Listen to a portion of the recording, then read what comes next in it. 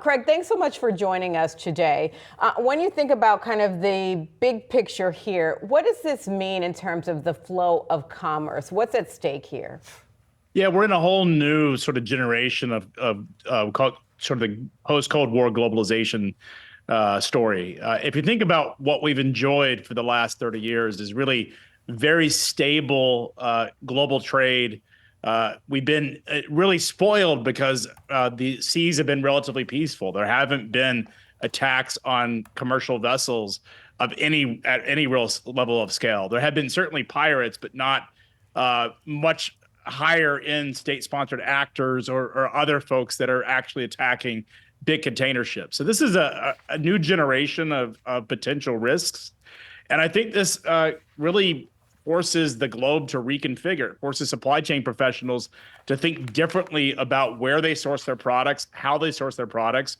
And what this will do is further encourage more investment in nearshoring and reshoring back to the Americas.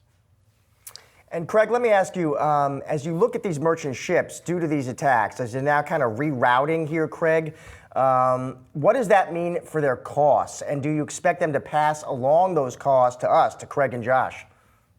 Yeah, so the reality is that Europe is far more exposed to this element than we are here in the United States. You know, the majority of our trade, at least in container goods, comes out of Asia and into the West Coast of the United States. So for us, at least as long as those seas remain peaceful, we're not going to see a pretty significant tax on U.S. consumer goods.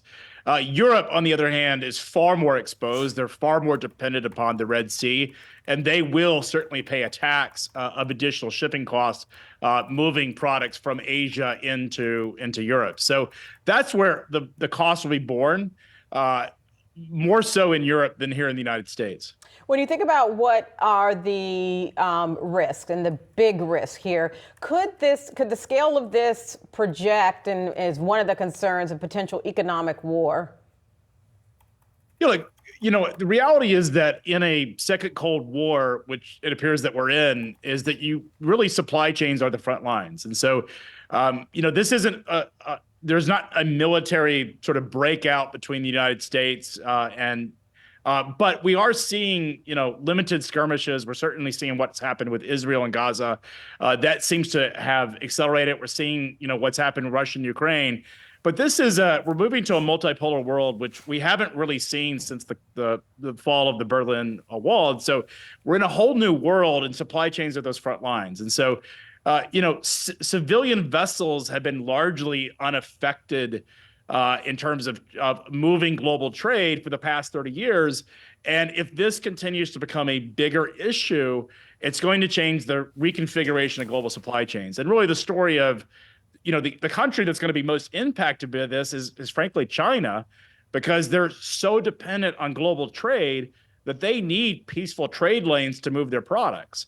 The United States, on the other hand, could potentially benefit from this in the long run as production moves back to the Americas, and we disentangle ourselves from Asia. And Craig, I'm also interested, we do have U.S. Navy assets now in that area, but do these merchant ships, Craig, do they also, in addition to that, frequently and regularly hire their own private security contractors? They do hire private security contractors to go through contested waters, but the reality is, if we're talking about much more advanced missile technology, and these are weapons of war, not weapons of sort of pirates that you see, unsophisticated guys in small boats. We're talking about much higher level of sophistication in terms of military technology. It's a whole different ballgame, and certainly civilian contractors are largely underprepared for this type of action. And that's why this has been so profound. That's why the insurance companies are forcing the container firms to move product away from the Red Sea right now, is because they're not willing to insure. And look, the ocean container companies also don't want their crews potentially exposed to this. So there's a lot of things happening. And what we're going to see is, until this is resolved through military action, I think we're going to see the container companies that are going to still force ships to go around the Red Sea. And you're going to see insurance companies that are refusing to insure ships that go through the Red Sea. So The reality is we don't know what the United States, how they will react to it. Europe is far more exposed, but unfortunately they've outsourced a lot of their military protection to the United States.